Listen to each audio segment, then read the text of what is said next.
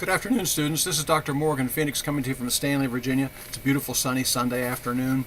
It's about 65 degrees out there. It's hard to believe that there was 2 feet of snow on the ground last week. I just saw some bluebirds out in the front yard too.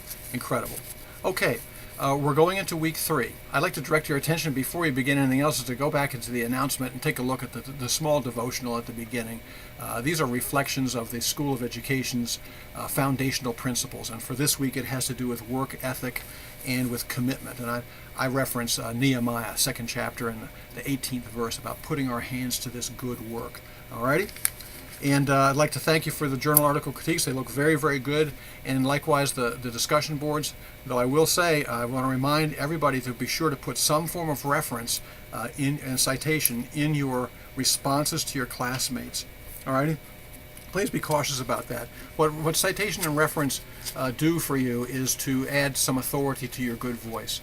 And just use Ruby Payne or Lorraine Monroe scripture, the DVD, the Superman DVD, any of those are fine, and you can just do basic in-text citation only. That's all you need, since we have the full citation in our course syllabus for those. You can also use the weekly videos that come in your video presentations. Okay, here we go. For week 3, the important extra assignment is the Diverse School Proposal Part 1. And it is a 1-page document. It is an expression of your idea only, with a bit of detail as well. Okay, Diverse School Proposal Part 1. It is your school that you're going to build, or the project that you're going to set up in a school or in a community. Okay, and you start with, I propose such and such. Just tell me what it is you would like to build, and then give me the demographics and the need. And that has to do with the reason why you're doing this. There has to be a population that you're serving. There has to be something that's missing that you're going to assist in. And then your mission. Of course, you'll have a vision and a mission there as well. Some indication of why it is that you want to do this. Okay, and it's 1 page only, double spaced. And see this out here? It says no cliche. Here's a reminder. Okay, there are some typical cliches in the field of education. Okay, your proposal Part 1 is your idea and the details. Leave the cliches out of it. I want to build a program where all children can learn, or where all children can succeed. That's bankrupt. Okay, there's no strategy attached to that whatsoever. Or I propose a school where children can get a high quality education. That's not enough. You have to be able to describe it strategically. Alrighty? Now, so that's the Part 1. It's a 1-page document. It's due in week 3. Looking ahead, however, to week 8 is the Part 2, which has 8 headings. Make sure you go and look at that and familiarize. You must address all 8 of these. You don't necessarily need to emphasize them equally, but that's what we'll be doing week 8. And you have some samples of the Part 2, the full project in the week 2 announcement. There's 2 of them down at the bottom there, plus a reference to Jason Hilgeman if you want to see what actually comes out of it, building a school out of the cane fields, up from the cane fields in the Dominican Republic. And the final project can be done either in a text format, up here, look up here, text, or PowerPoint. And we'll talk more about PowerPoint later. You can't just put text on screen. It's got to be the text has to be in the speaker's notes and can be abbreviated. The screens have to be graphic and engaging. I would like to give you a little heads up on week 4 because some students work ahead, and I do not want you to submit a case study until you're sure that you know exactly what's expected. I'm going to also give you the tips and the pointers on doing it so easily and maximizing your points here. Okay, there are case study instructions in your materials, and then you'll be directed under reading and study materials, the case study about Serge Romanich. For week 4, it's a single case study about Serge Romanich. In week 7, you have a choice of 2. This is a 100-point assignment now, so read it carefully.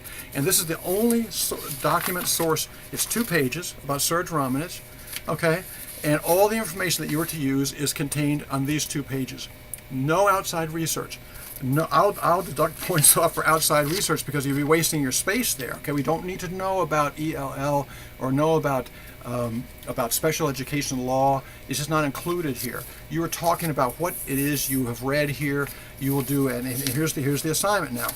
You will do a 1 to 1.5 page summary of what you read. So it's only repeating what you see here. Okay, you might want to add in maybe a couple things that you don't see as well. That's always part of being a smart administrator. Okay, but you read the 2 pages, you write a 1-page summary, and the summary starts with a sentence, a thesis sentence that answers the question on the last page here, on the 3rd page. Do you think Serge's skills were assessed adequately? Do you think he was correctly identified as learning disabled? That's what this is about. It's a Serbian student, elementary school student that doesn't speak any English, and he comes into your school or into Mr. Sims's school here, and they assess him and they place him and so on. Was it done correctly? Yes or no? Pure and simple, and then you have to tell why, of course. Alrighty?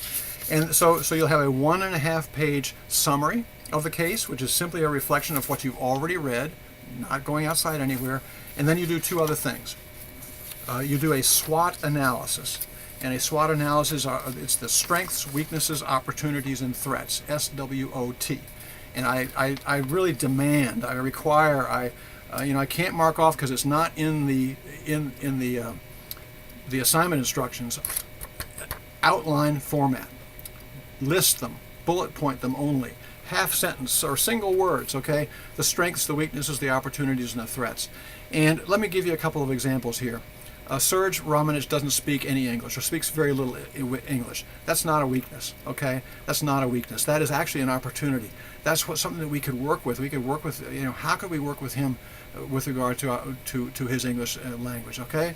Strengths, weaknesses, opportunities, and threats. It's not necessarily just about Serge. It could be about the school. It could be about the principal. It could be about the testing system. It could be about the community. It could be about other kids in the school. Outline format is the best for me because I can also put notations on it, markup, all right? Or if you are acquainted with SWOT, you probably have used a graphic format. And typically the strengths and weaknesses are the internal factors, and the opportunities and threats are external. For us, it's all about this case only, okay? And of course there are some outside things. There's the community. There's some other people that live there. There's some other folks maybe that are missing from the scenario that you want to say, an opportunity would be such and such. Alrighty, and then you'll end as a site administrator coming in to help out, some recommendations.